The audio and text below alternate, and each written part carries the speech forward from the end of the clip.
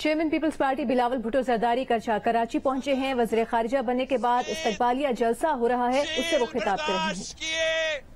مگر اپنے اصولوں پہ سودا نہیں کیے, اپنا موقف سے پیچھے نہیں ہٹے, اس نالائق سلیکٹڈ کو کبھی قبول نہیں کیا, جدوجہد جاری رکھا. اور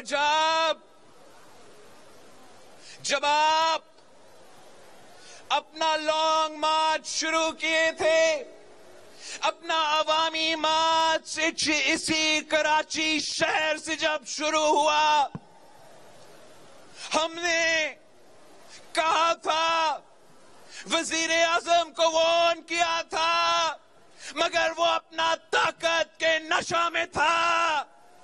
ہم اس کو کہہ رہے تھے کہ جیالے میدان میں نکلے ہیں, بہتر ہوگا کہ ہمارا اسلام آباد پہنچنے سے پہلے تو خود اپنا اسمبلی کو ختم کرے, آئے آمنا سامنا کرے, آئے مقابلہ کرتے ہیں.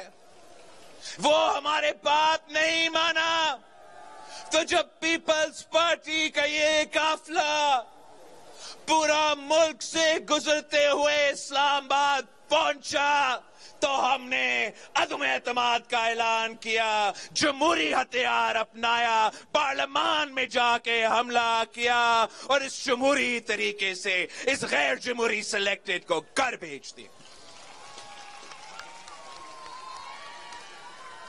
اب یہ سلیکٹڈ کہتا ہے کہ یہ بیرونی سازش ہے. یہ بیرونی سازش نہیں, یہ ایک جمہوری عمل تھا. یہ بیرونی سازش نہیں, یہ جیالوں کا جدوجہد تھا. یہ بیرونی سازش نہیں, یہ سیاسی کارکنوں کا فتح ہے. یہ بیرونی سازش نہیں, یہ پارلیمان کا, یہ آئین کا, یہ جمہوریت کا کامیابی ہے. سلیکٹڈ کہتا ہے کہ وائٹ ہاؤس میں سازش ہوا, وائٹ ہاؤس نے میرے خلاف سازش کیا. وائٹ ہاؤس نے نہیں, بلاول ہاؤس نے آپ کے خلاف یہ سازش کیا. اس کا گواہی یہ مجمع دے سکتا ہے, اس کا گواہی پاکستان پیپلز پارٹی کے کارکن دے سکتے ہیں, ہمارا میڈیا کے دوستوں دے سکتے ہیں, پاکستان کے عوام دے سکتے ہیں کہ یہ تبدیلی جو اصل تبدیلی ہے, یہ تو راتوں رات نہیں ہوا. 3-4 سال یہی جیالوں نے جدوجہد کیے. ہم نے پارلیمان کے اندر جہاں جدوجہد کیا, تو ہم نے پاکستان کے سڑکوں میں, پاکستان کے شہروں میں بھی اپنا جدوجہد جاری رکھا. ہم نے اپنی سیاسی مخالفت بھول کے سارے جماعتوں کے ساتھ مل کے پاکستان ڈیموکریٹک موومنٹ قائم کیا, اور 20 سپٹمبر 2020 میں جب ہم نے پی ڈی ایم کی بنیاد رکھا, تو ہم نے واضح لکھا تھا, اپنے جو بنیادی کاغذات تھے, ڈاکیومنٹ تھا, ایکشن پلان تھا, کہ ہم لانگ مارچز بھی کریں گے, ہم احتجاج بھی کریں گے, ہم پارلیمان کے باہر اس کو بے نقاب کریں گے, مگر ساتھ ساتھ ہم پارلیمان کے اندر جدوجہد کریں گے, اور ہم پارلیمان میں عدم اعتماد کے تھرو اس کو گھر بھیجیں گے.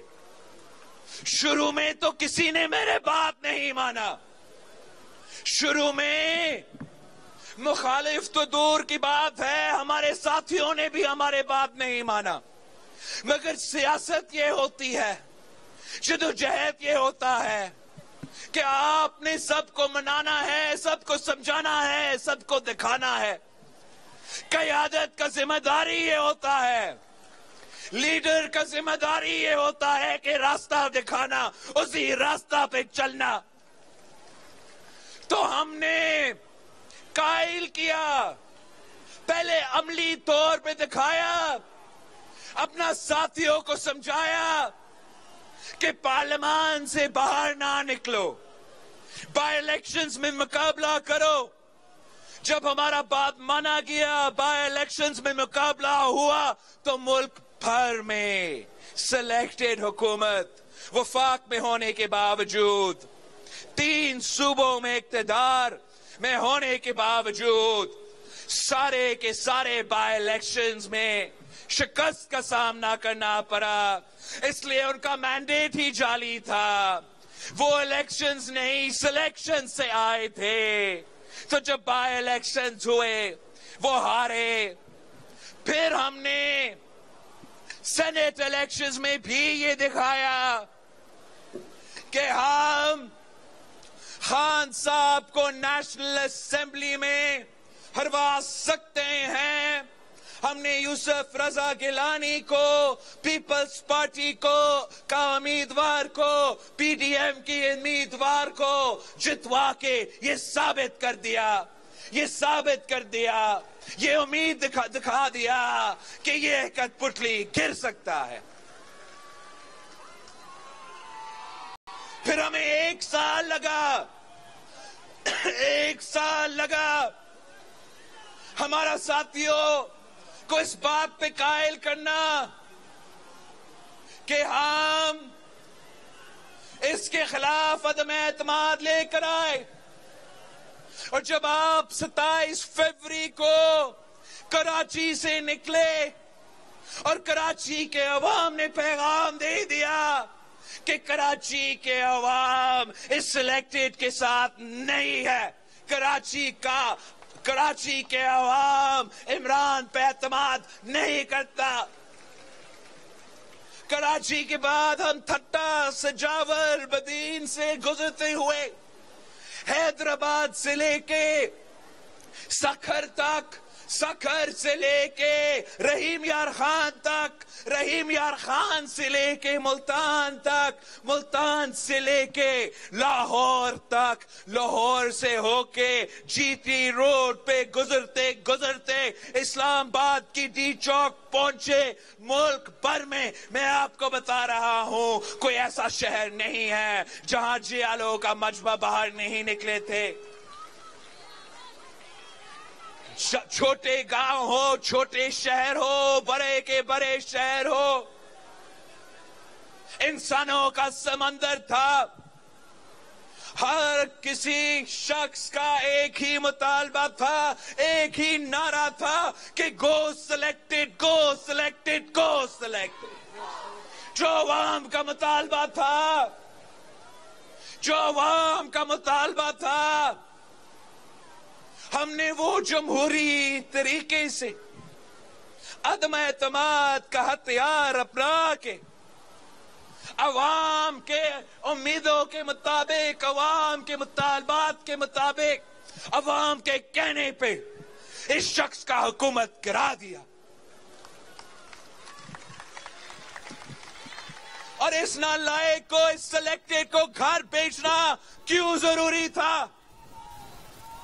کیوں ضروری تھا؟